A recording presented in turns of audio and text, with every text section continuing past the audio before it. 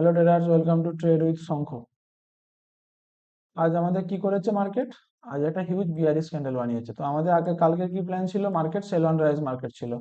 তো কাল আমরা কি প্ল্যান করেছিলাম? মার্কেট যদি একটু উপরের দিকে ওঠে তাহলে কিন্তু আমাদের মার্কেট কি ছিল? Sell on rise. তো আমরা ভেবেছিলাম যে মার্কেট যদি এই জায়গায় থাকে তাহলে কিন্তু আমরা এখান থেকে সেল করব।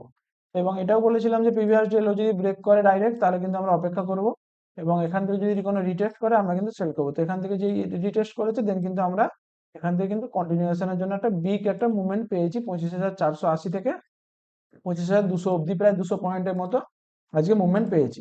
ঠিক আছে। তো যাই হোক, তো আমরা যে এখন তো মার্কেট কি আগেই বলেছিলাম যে মার্কেট কিন্তু ট্রেন্ড ডাউন, এখান থেকে পুল ব্যাক নিয়েছিল এবং এখান থেকে কিন্তু কন্টিনিউশন করেছে।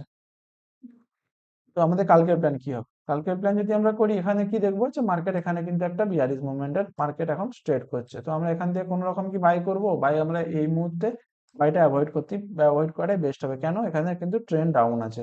তো সবসময় ট্রেন্ড ডাউনের সময় কি হয়? লোয়ার লো লোয়ার হাই এরকম ভাবে স্ট্রাকচার বানায়। তো এখানে কি হবে?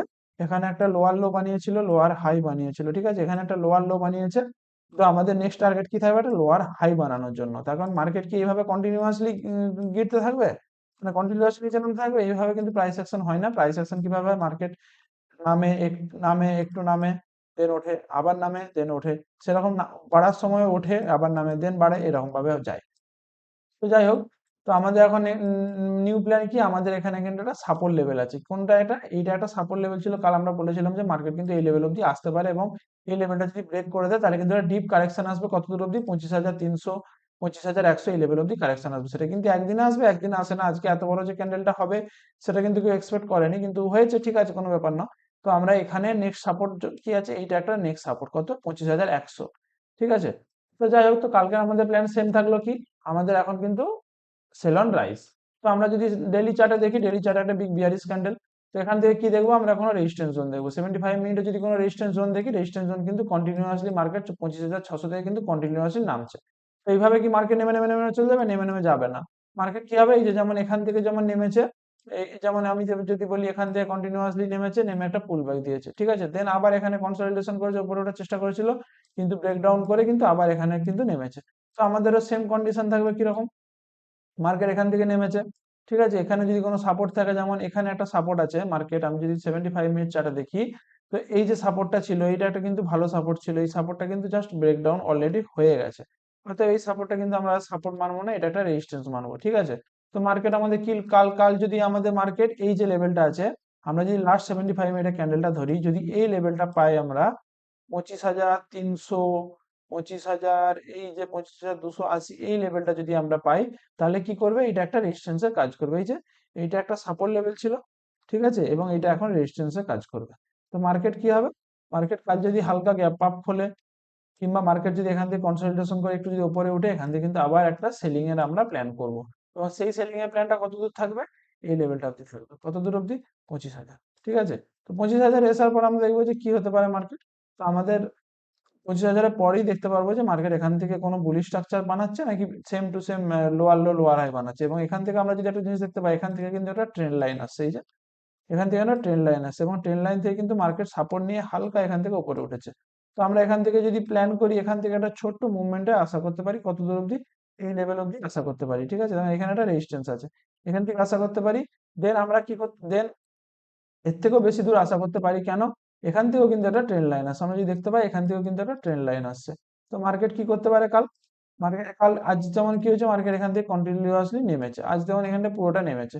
তো এখান থেকে মার্কেট কিন্তু হায়ার হাই হায়ার বানিয়ে কিন্তু এত দূর অব্দি মার্কেট কিন্তু যেতে পারে। ঠিক আছে। তো গিয়ে এখান থেকে আবার দেন রিজেকশন কোনো ক্যান্ডেল বানালে আবার আমরা নতুন লো এর জন্য প্ল্যান করবো। ঠিক আছে। তো কালকের প্ল্যান আমাদের সিম্পল থাকলো কি? কালকের প্ল্যান কিন্তু আমরা ইমিডিয়েটলি সেল করব না। কেন? আমরা যদি এখানে পিসিআর দেখি 0.56, আজকের এক্সপায়ারি হয়ে গেছে, আমরা 27,000 জন্য পিসিআর দেখি 0.59 পিসিআর আছে। ঠিক আছে। তো পিসিআর যখনই 0.59 মানে লেস দ্যান 6, লেস দ্যান 7 হয়ে যায়, তখন কিন্তু সেটা নেগেটিভ, এবং এখান থেকে কিন্তু রিভার্সালের চান্স থাকে। ঠিক আছে। এবং রিভার্সাল মানে কি? এখান থেকে কি মার্কেট একদম উপরে চলে যাবে? সেরকম রিভার্সাল নয়।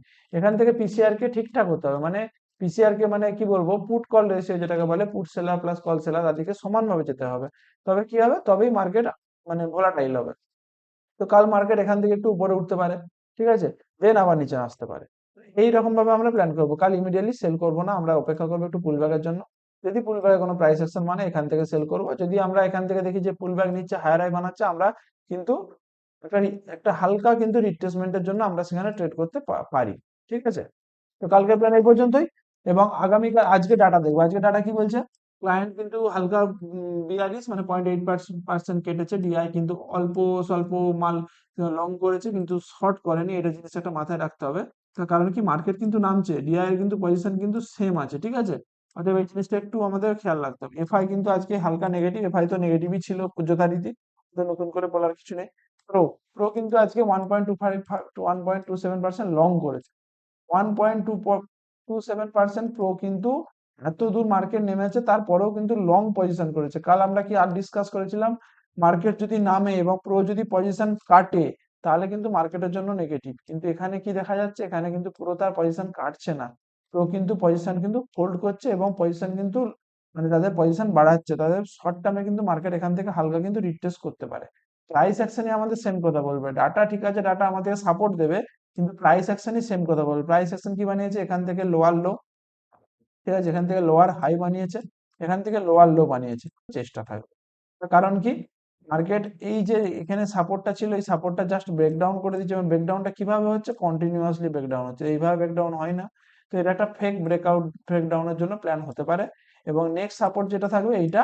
এবং কাল আশা করছি যদি গ্যাপ ডাউন করে, তাহলে কিন্তু মার্কেট এখান থেকে কিন্তু বাউন্স হওয়ার সম্ভাবনা থাকতে পারে। এবার এতটা অব্দি বাউন্স হবে এতটা নয়, এখান থেকে কিন্তু হালকা রিট্রেসমেন্ট করে এতটা অব্দি বাউন্স করলেও করতে পারে।